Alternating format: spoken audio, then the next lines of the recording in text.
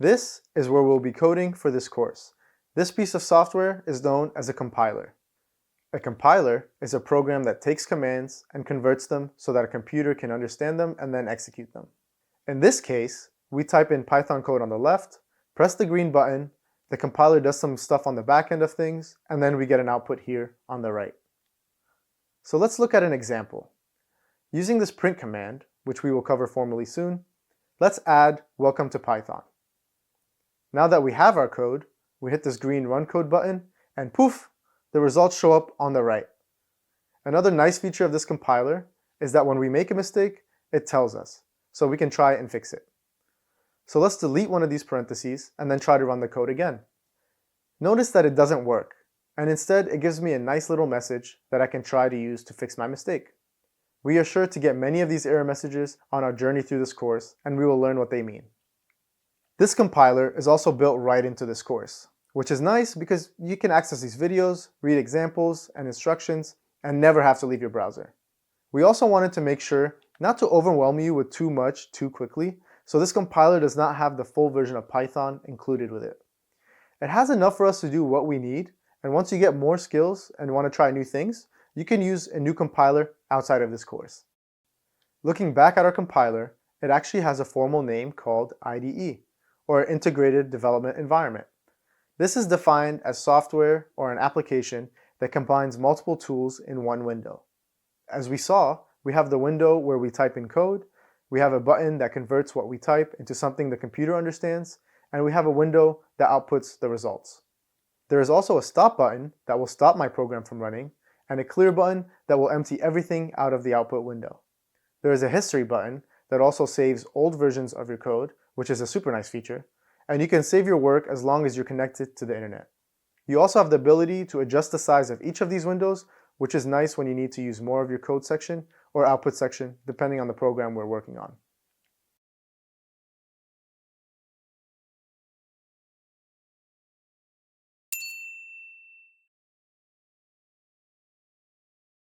Let's look at how the programming environment works for graded code practices and assignments. This is what the programming environment looks like. You should see this at the very bottom of the current page, which is your very first code practice. What you see there will look similar to the coding environment you see in your lessons. The code editor here, the save button here, the run code area with your compiler, and a history section saving your code changes. You'll also see the size control features that can be used to adjust your view to full screen or change the size of the windows in the programming environment. In addition to these familiar features, you'll see a few added features as well. The instructions area, the grading area, the submit button, and the status area. So how do all of these features work together for you to complete a graded assignment? You'll follow 4 basic steps. 1. Read the instructions. 2. Write and run your code. 3. Check your code. And 4. Submit your code. Let's go through this. You should always start a graded assignment by reading the instructions and planning out your program. The instructions are both in your programming environment and at the top of the page for your reference. Once you've read the instructions, you'll use the code editor to start writing your program. While you do that, you can run your code just as you do in lessons, with the compiler in the run code area. Once you're happy with your program, it's time to check your code and receive a score. You'll do this by clicking the Check Code button in the grading area. When you click this button, your code is sent to be checked and assigned a score. This can take a moment. Then, you'll see your results alongside a score. If you're not happy with your score, you should go back, edit your code, and check it again for a new score. Once you're happy with your program and your score, you'll have to submit your program officially for a grade. You'll do this by clicking the Submit button.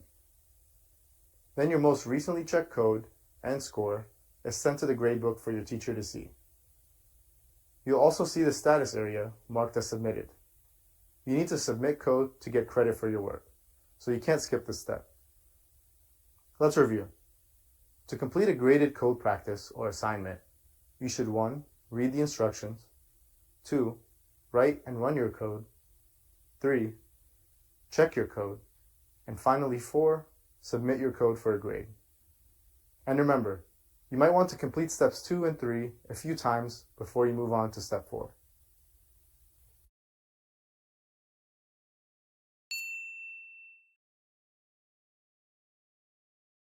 Let's look a little closer at what happens when you check your code and get a score on your work. This is step 3 in your process of completing a graded code of practice or assignment. When you check your code, the first thing that happens is the grader looks through your code for errors that would prevent the program from running. So if your program has errors, you'll see those pop up with a score of 0%. And you'll need to fix those before trying to get a better score. If your code can be run, it is then checked and scored based on how accurately you fulfilled the expectations of the assignment listed in the instructions. Your code is checked through a series of automated tests, which can also be called test cases. These run your code with sample scenarios and see whether you completed the assignments correctly. You'll see results of these tests in your grading area. It will show you which individual tests you passed or failed. You can expand each test to learn more about what the test is looking for and to see messages that can help you correct your program. The grader, when you check your code, can be very particular. For example, if the grader expects your code to produce hello world with a space, and instead your answer is hello world without a space, the grader is going to think your answer is incorrect.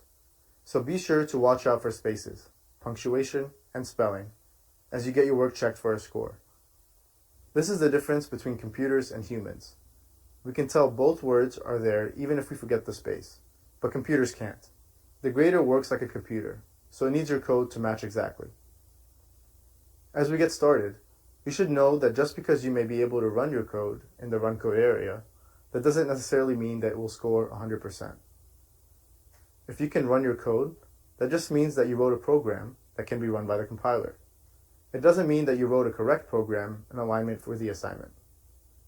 For your score to be 100%, your code has to pass all the tests that determine whether it's built properly and is what the assignment asks for. One small note as you get started, don't worry if your code doesn't get a score of 100% on the first try when you run it. Use the feedback and resources in the grading area to help you correct your work and try again. Real programmers rarely build programs 100% correctly on their first try. So as you program more in this course and beyond, being able to find and correct errors will be a useful skill. Programmers call this skill debugging, and you'll be doing it all the time as you complete these graded code practices and assignments.